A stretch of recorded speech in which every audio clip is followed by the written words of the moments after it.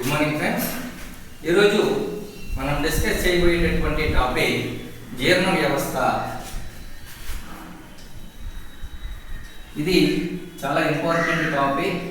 డిఎస్సిలో ఫ్రీక్వెంట్గా బిట్లు అడిగేటటువంటి టాపిక్ జీర్ణ వ్యవస్థ. జీర్ణ వ్యవస్థ అంటే సాధారణంగా మనం తీసుకునేటటువంటి ఆహారము వివిధ రకాల ఎంజైముల సహాయంతో ముక్కలుగా విడగొట్టబడి కణానికి అందించేటటువంటి ప్రక్రియని మనం జీర్ణక్రియ అని పిలుస్తాం. మనం తీసుకునేటటువంటి ఆహారము ఎంజైముల సహాయంతో బాగా విచ్ఛిన్నం చెంది చిన్న ముక్కలుగా విడగొట్టబడి ఈ విడగొట్టబడినటువంటి ముక్కలు రక్తము ద్వారా కణాన్ని చేరి ఈ కణము నుంచి శక్తి వెలువడేటటువంటి వ్యవస్థనే మనం జీర్ణ వ్యవస్థ అని అంటాం. అయితే మనం తీసుకునేటటువంటి ఆహారము ఏ ఎంజైముల సహాయంతో ముక్కలుగా విడగొట్టబడి రక్తాన్ని చేరుతుందో మనం ఈ జీర్ణ వ్యవస్థ టాపిక్లో నేర్చుకోవచ్చు. ముందుగా జీర్ణ వ్యవస్థలో ఉండేటటువంటి భాగాలు. ఈ జీర్ణ వ్యవస్థలో ఉండేటటువంటి భాగాల్లో మొట్టమొదటిది నోరు, 2 ఆస్య కుహరము, 3 గ్రసని, 4 ఆహార వాహిక, 5 జీర్ణాశయము, 6 చిన్న ప్రేగు, 7 పెద్ద ప్రేగు. ఇవి జీర్ణ వ్యవస్థలో ఉండేటటువంటి భాగాలు. మనం తీసుకునేటటువంటి ఆహారము ఈ జీర్ణ వ్యవస్థ భాగాల ద్వారా శరీరం శోషించుకోవడానికి వీలుగా తయారవుతుంది. మొట్టమొదటిది నోరు. ఈ నోట్లో మనకి తెలుసు, మనం తీసుకునేటటువంటి ఆహారాన్ని మన నోట్లో ఉండేటటువంటి పళ్ళు ముక్కలుగా విడబడతాయి. మన నోట్లో ఉండేటటువంటి పళ్ళు 4 రకాల దంతాలు ఉంటాయి. మనకి పళ్ళు లేదా దంతాలు అని పిలుస్తాము. ఇవి 4 రకాల దంతాలు ఉంటాయి. అవేంటి అంటే కుంతకాలు, రదనికలు, అగ్రచర్వనకాలు, చర్వనకాలు. ఇవి మన మానవులో ఉండేటటువంటి దంతాల యొక్క పేరు. ఇక్కడ మనకి అడిగేటటువంటి విధి ఏంటి అంటే దంత సూత్రము అని అడుగుతాడు. ఈ దంత సూత్రాన్ని మనం 2123/2123 అని చెప్పాలి. మనకి 32 పళ్ళు ఉంటాయి, 32 దంతాలు ఉంటాయి. ఈ 32 దంతాల్లో ఒక వైపు ఉండేటటువంటి దంతాలు 16, 2, 3, 5, 8, 16 ఒకవైపు ఉంటాయి. ఇంకొక వైపు 16 ఉంటాయి. 32 దంతాలు ఉంటాయి. వీటిలో ఈ 2 అనేటటువంటి కుంతకాలని, 1 రదనికల్ని, ఈ 2 అగ్ర చర్వనకాలని, 3 చర్వనకాలని సూచిస్తుంది. ఇది పెద్దవారిలో ఉండేటటువంటి దంత సూత్రం. ఇకపోతే చిన్నపిల్లల్లో దంత సూత్రం ఎంత అంటే 2102/2102 అని చెప్పాలి. ఇది చిన్నపిల్లల్లో ఉండేటటువంటి దంత సూత్రం. ఇకపోతే నోటి యొక్క కుహరాన్ని ఆస్య కుహరం అని పిలుస్తారు. ఆస్య కుహరము, ఈ నోటి కుహరంలో మనకి ఉండేటటువంటి గ్రంథుల్ని లాలాజల గ్రంథులు అని పిలుస్తారు. మానవుని శరీరంలో ఉండేటటువంటి లాలాజల గ్రంథుల సంఖ్య ఎంత అంటే 3 జతలు అని చెప్తాం. ఈ 3 జతలు ఏంటి అంటే 1 పెరోటిడ్, 2 అధోజంబిక, 3 అధోజిహ్విక. ఇవి మానవుల్లో ఉండేటటువంటి లాలాజల గ్రంథులు. ఇవి 3 జతలు ఉంటాయి. పెరోటిడ్ 2 ఉంటాయి, అధోజంబిక 2 ఉంటాయి, అధోజిహ్విక 2 ఉంటాయి. ఈ పెరోటిడ్ గ్రంథులు అనేటటువంటివి చెవికి దగ్గరగా ఉంటే అధోజంబిక, అధోజిహ్విక 2 కూడా దవడలకు దగ్గరగా ఉంటాయి. సాధారణంగా ఈ లాలాజల గ్రంథులు స్రవించేటటువంటి స్రావాన్ని లాలాజలం అని పిలుస్తారు. మానవుల్లోనైతే ఈ లాలాజల గ్రంథుల నుంచి లాలాజలం అనేటటువంటి స్రావము రిలీజ్ అవుతుంది. అదే పాములో ఈ పెరోటిడ్ గ్రంథి నుంచే విషం అనేటటువంటి తయారవుతుంది. ఈ లాలాజలం యొక్క స్ట్రక్చర్ చూస్తే ఈ లాలాజలం ఒక రోజుకి 1.5 లీటర్ల లాలాజలం స్రవించబడుతుంది. లాలాజలంలో నీరు మరియు శ్లేష్మము మరియు ఎంజైములు ఉంటాయి.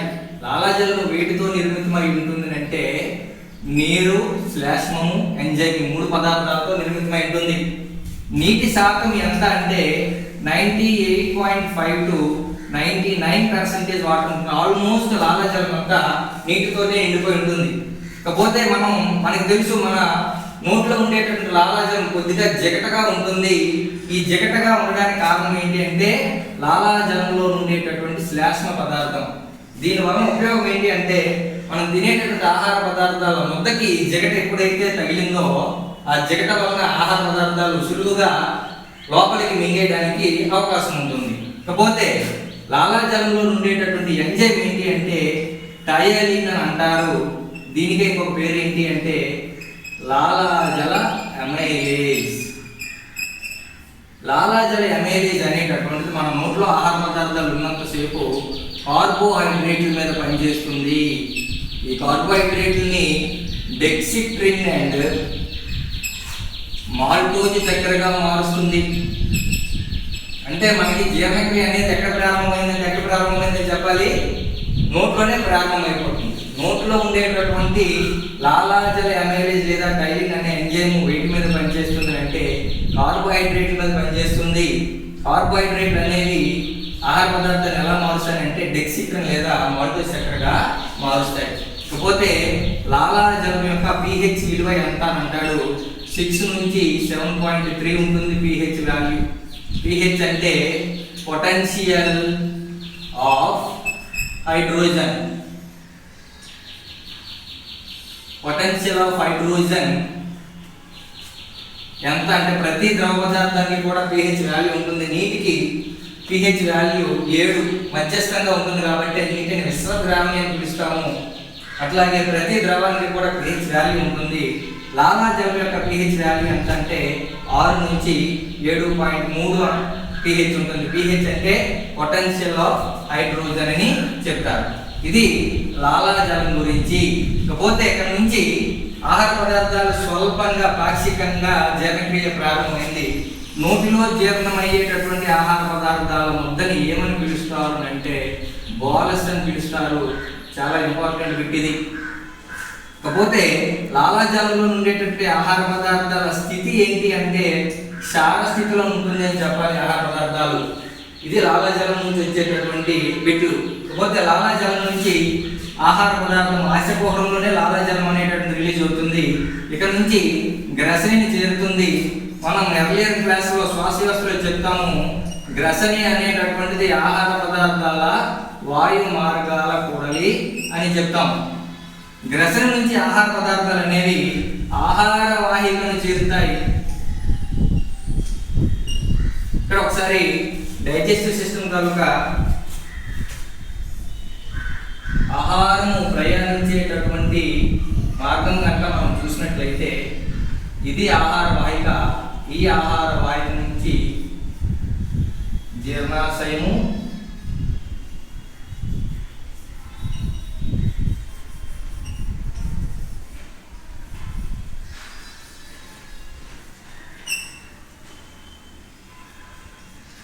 ఇది చిన్న ప్రేగు,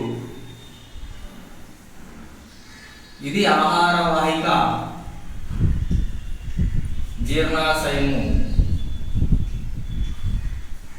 ఈ జీర్ణాశయానికి ఇటు భాగాన కాలేయం ఉంటుంది. ఇక్కడ జీర్ణాశయం దిగువ భాగాన క్లోమం ఉంటుంది. దీనిని పెద్ద ప్రేగు అని పిలుస్తాము. లోపల ఉండేటటువంటి దాన్ని చిన్న ప్రేగు అని పిలుస్తాము. ఇది పురీషనాళము, ఇది వాయువు.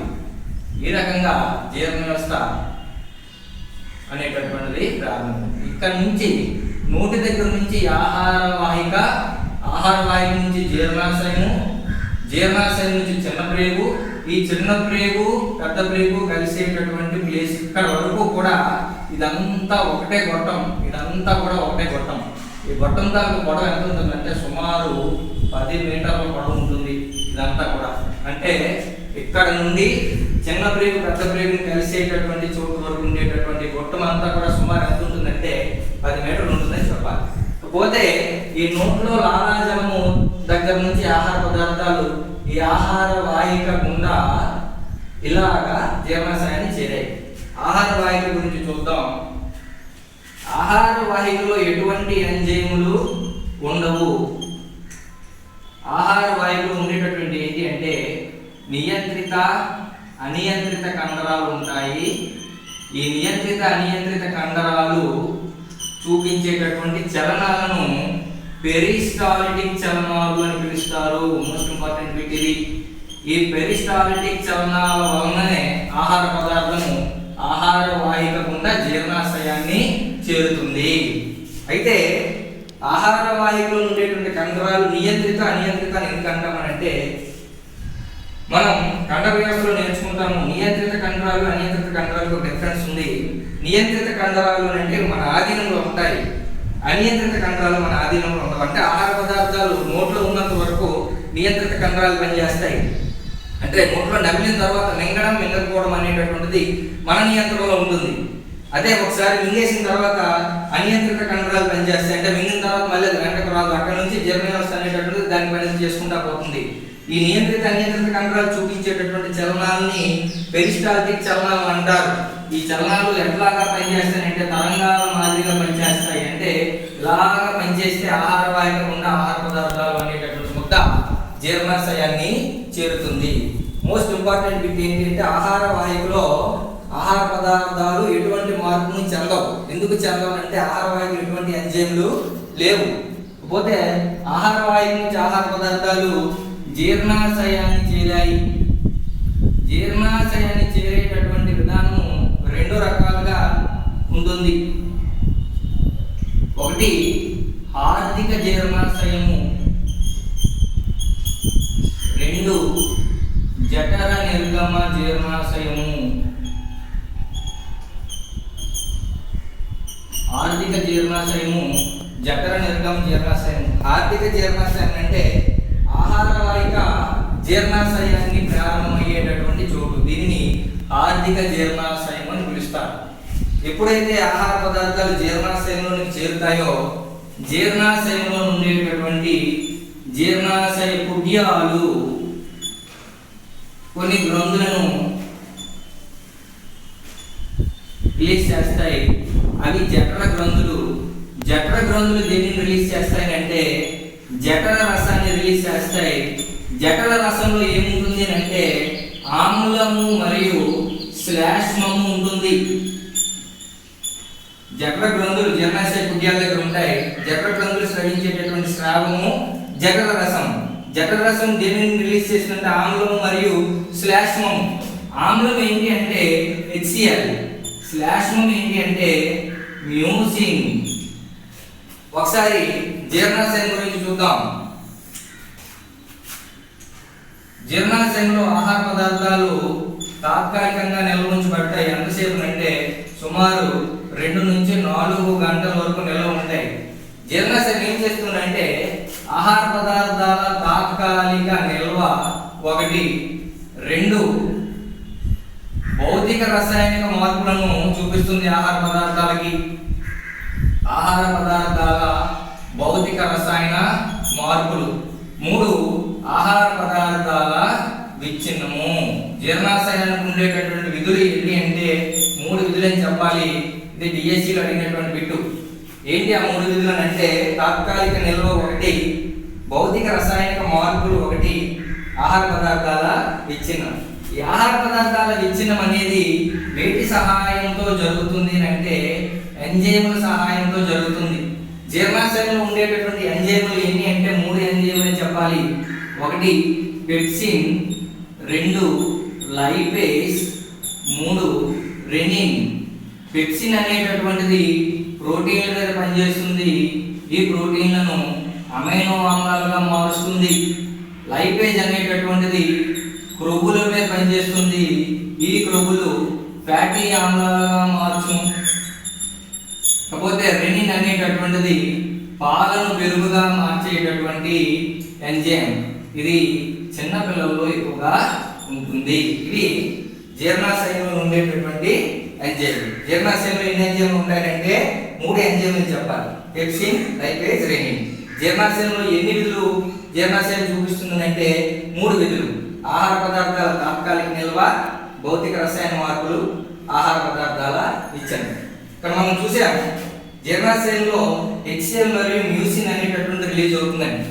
HCl ని హైడ్రోక్లోరిక్ ఆమ్లం అని పిలుస్తారు. ఇది దీని యొక్క pH విలువ ఎంత అంటే 2. HCl యొక్క pH విలువ ఎంత అంటే 2. ఎంత రిలీజ్ అవుతుంది అంటే 0.4% ఉంటుంది HCl అనేటటువంటిది. అట్లాగే ఈ pH విలువ 2 అంటే దాని అర్థం ఏంటి అంటే అధిక గాఢతను చూపిస్తుంది అని అర్థం. అధిక గాఢత అంటే కొద్దిగా మండే గుణం ఉంటుంది.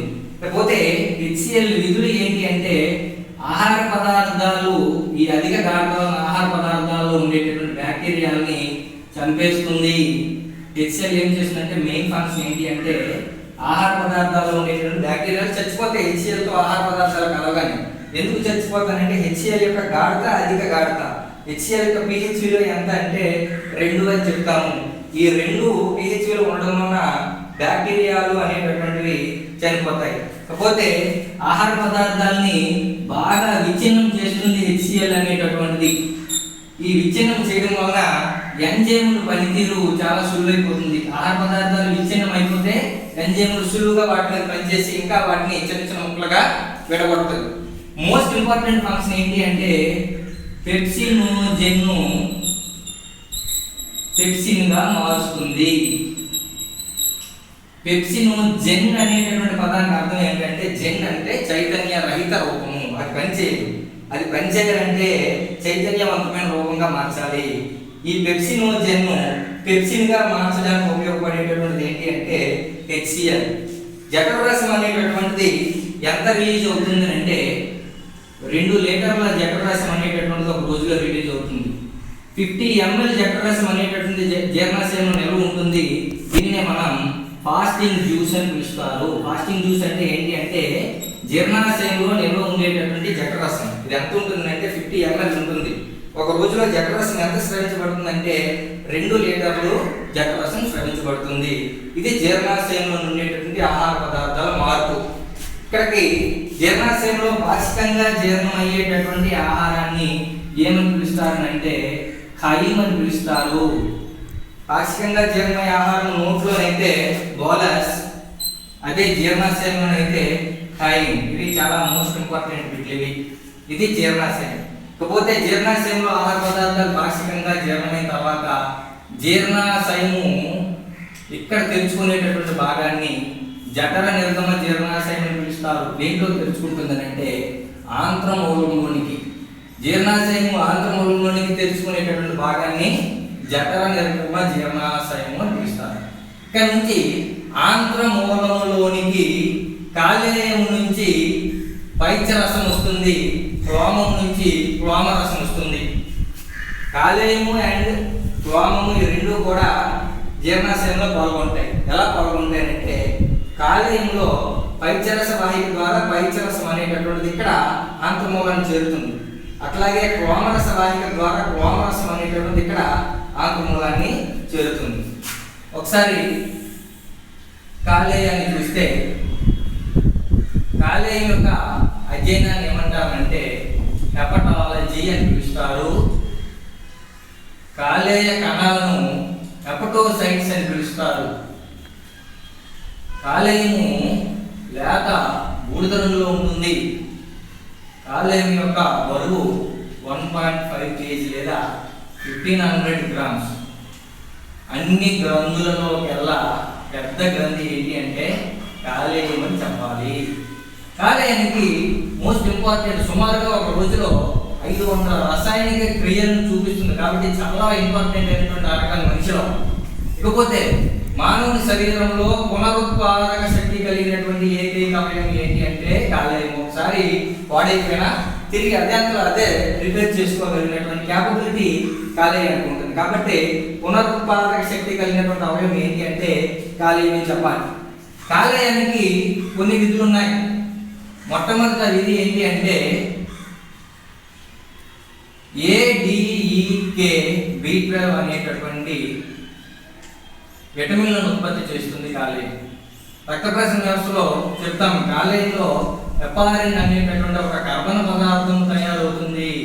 దీని తాలూకా ఉపయోగం ఏంటి అంటే రక్తనాళాల్లో రక్తం కట్టకుండా ఈ హెపారిన్ అనేటటువంటి ఒక కర్బన పదార్థము చూసుకుంటుంది. పోతే కాలేయంలో గ్లైకోజన్ రూపంలో పిండి పదార్థాలు అనేటటువంటివి నిల్వ ఉంచబడతాయి. దేని రూపంలో అంటే గ్లైకోజన్ రూపంలో కాలేయంలో ఈ పిండి పదార్థాలు అనేవి అధికంగా ఉండేటటువంటి పిండి పదార్థాలు గ్లైకోజన్ గా మారి కాలేయంలో నిల్వ ఉంచబడతాయి. ఇవి కాలేయానికి ఉండేటటువంటి విధులు. పోతే కాలేయం స్రవించేటటువంటి స్రావం ఏంటి అంటే పైత్యరసం. ఈ పైత్యరసంలో నీరు ఎంత ఉంటుందంటే 86% ఉంటుంది. అట్లాగే పైత్యరసం తాలూకా రంగు మనకు అందరికీ తెలుసు, లేత ఆకుపచ్చ రంగులో ఉంటుంది. ఈ 86% నీటితో పాటు పైత్యరస వర్ణకాలు, పైత్యరస లవణాలు ఉంటాయి. పైత్యరస వర్ణకాలని బైలిరుబిన్ అని అట్లాగే బైలివర్డిన్ అని పిలుస్తారు. ఈ వర్ణకాల వల్లనే పైత్యరసానికి ఆకుపచ్చ రంగు అనేటటువంటిది వస్తుంది. పైత్యరస లవణాలు సోడియం కోలేట్ 1, సోడియం డిఆక్సికోలేట్ 1. ఈ రెండు పైత్యరస లవణాలు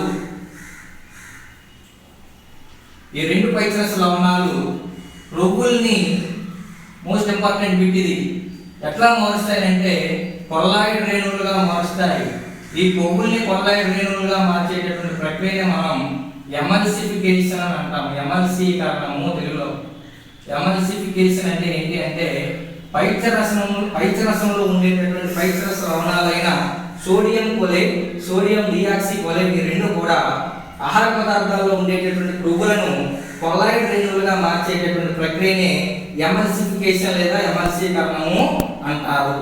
ఈ ఎమల్సిఫికేషన్ అనేటటువంటి చూపించేది పైత్యరసం. కానీ ఎక్కడ చూపిస్తుంది?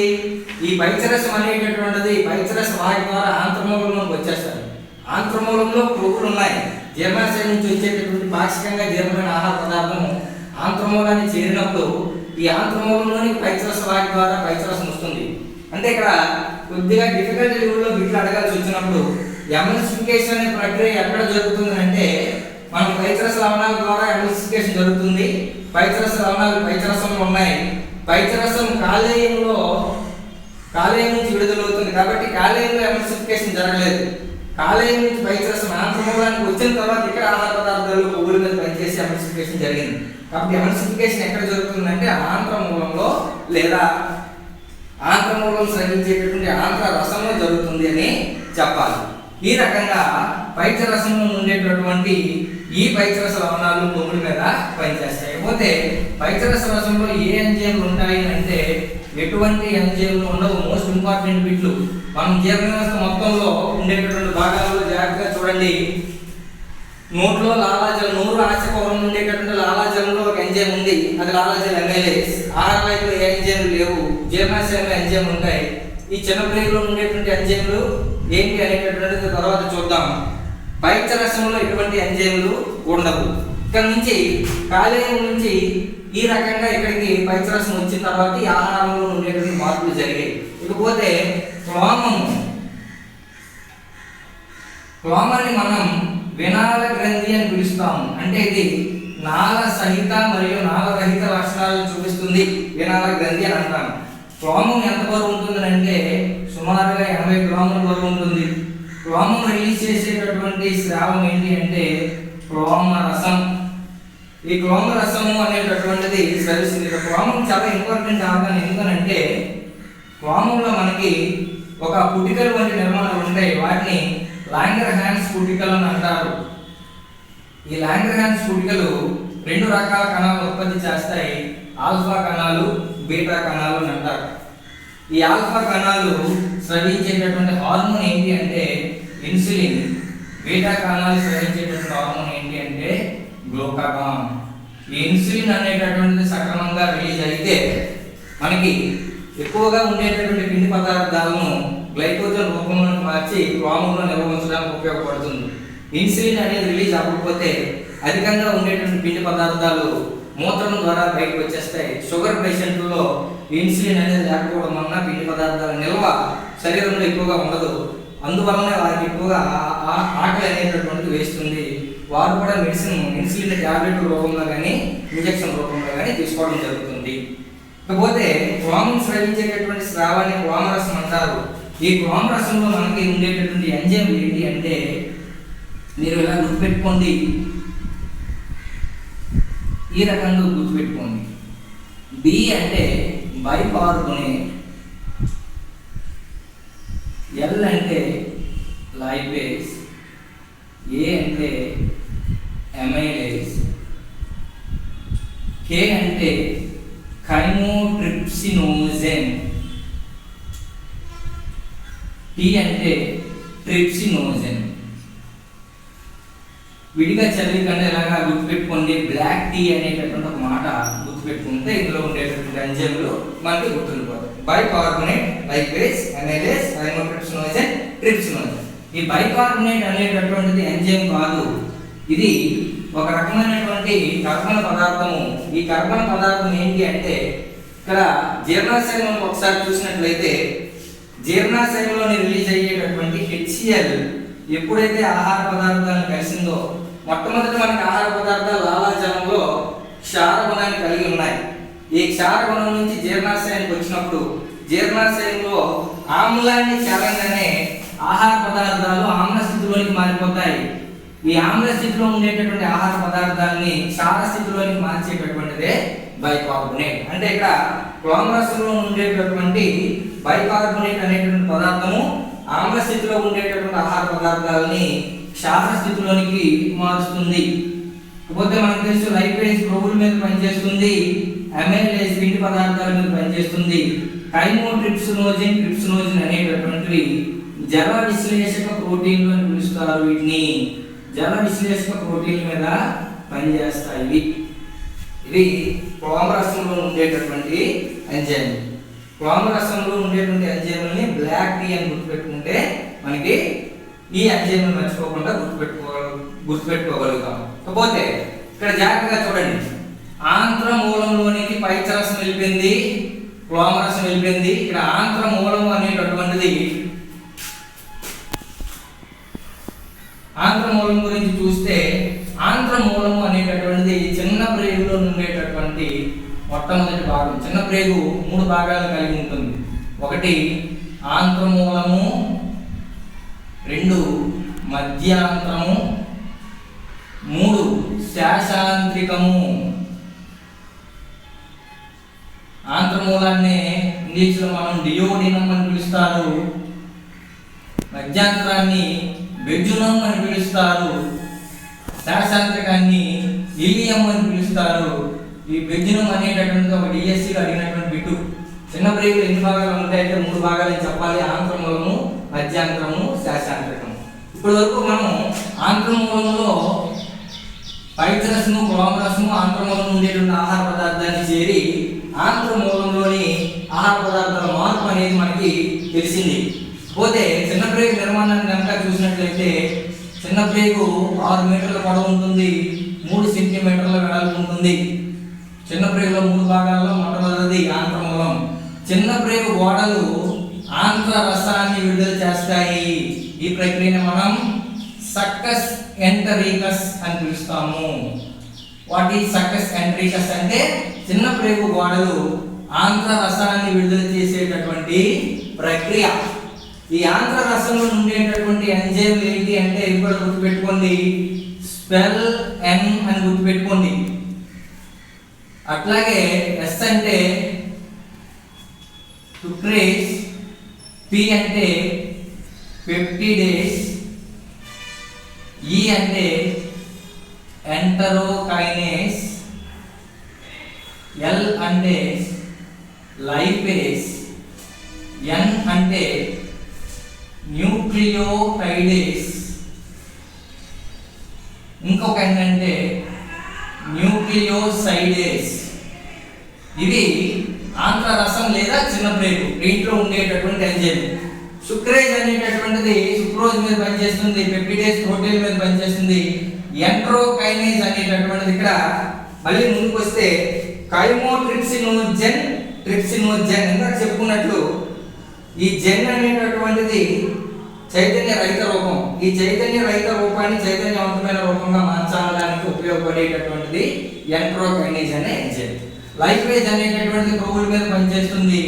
న్యూక్లియోసైడేస్ అనేటటువంటివి న్యూక్లిక్ ఆమ్లాల జీవక్రియకు ఉపయోగపడతాయి.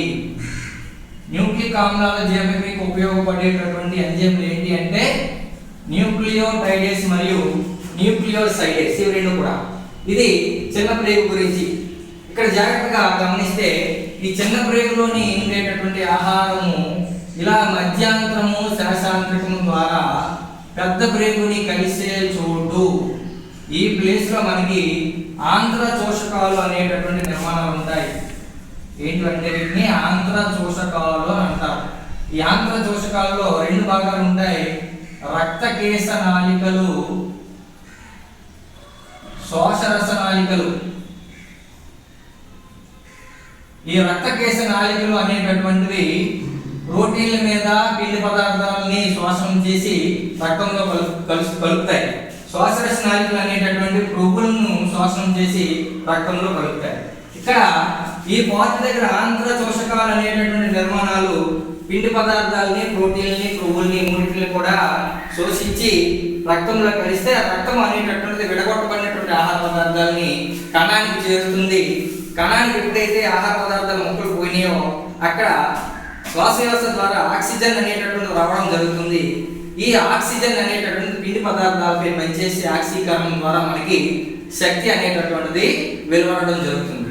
ఇకపోతే ఆహార పదార్థాలు శోషణ గావించబడిన తర్వాత ఇంకా మిగిలిపోయినటువంటి ఆహార పదార్థాల వ్యర్థాలు పెద్ద ప్రేగుల్ని చేరుతాయి. పెద్ద ప్రేగు యొక్క నిర్మాణం ఒకసారి చూస్తే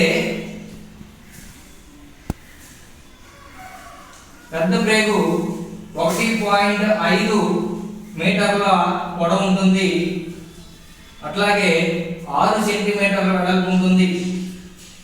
పెద్ద ప్రేగులో కూడా 3 భాగాలు ఉంటాయి, ఒకటి కొలేన్, 2 అందనాళము, 3 పురీషనాళము. ఈ 3 భాగాలు కూడా పెద్ద ప్రేగులో ఉంటాయి.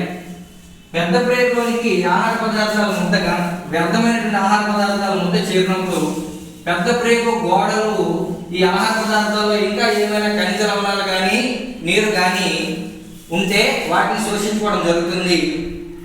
నీరు ఖనిజ లవణాలు లేనటువంటి ఘన పదార్థాల వ్యర్థము అనేటటువంటి దాన్ని మనం మలం అంటారు. ఇది పురీషనాళము వాయువు ద్వారా బయటకు రావడం జరుగుతుంది. ఇది మానవులో జరిగేటటువంటి జీర్ణ వ్యవస్థ. ఇక్కడ జాగ్రత్తగా గమనించినట్లయితే ఎంజైములు అనేటటువంటివి మనకి ఆస్యకుహరంలో ఒక ఎంజైమ్ ఉంది, లాలాజల ఎమైలేజ్ లేదా కైలిన్ అని పిలిచాను. అట్లాగే ఆహార వాయువులో ఏ ఎంజైమ్లు లేవు. అట్లాగే కాలేయంలో ఉండేటటువంటి పైచరసంలో ఎటువంటి ఎంజైమ్లు లేవు. ఇకపోతే ఆహార పదార్థాలు పాక్షికంగా జీర్ణమైతే నోట్లో అయితే బోలస్ అని పిలిచాము, జీర్ణాశయంలో అయితే ఖైమ్ అని పిలిచాము. చిన్న ప్రేగులో పాక్షికంగా జీర్ణమైనటువంటి ఆహార పదార్థాన్ని ఖైల్ అని పిలుస్తారు. Bolus, Khail. బోలస్ అంటే నోట్లో, ఖైమ్ అంటే జీర్ణాశయంలో, ఖైల్ అంటే చిన్న ప్రేగులో. ఒక్కొక్క పార్ట్ లో ఉండేటటువంటి ఎంజైమ్లు జాగ్రత్తగా మనం చదువుకోగలిగినట్లయితే జీర్ణ వ్యవస్థ అనేటటువంటిది మనకి అర్థమవుతుంది. ఖచ్చితంగా డిఎస్సి పాయింట్ ఆఫ్ వ్యూలో జీర్ణ వ్యవస్థ నుంచి 2 లేదా 3 బిట్లు అడగడం జరుగుతుంది. ఫ్రీక్వెంట్ గా బిట్స్ అడిగేటటువంటి టాపిక్. Thank you.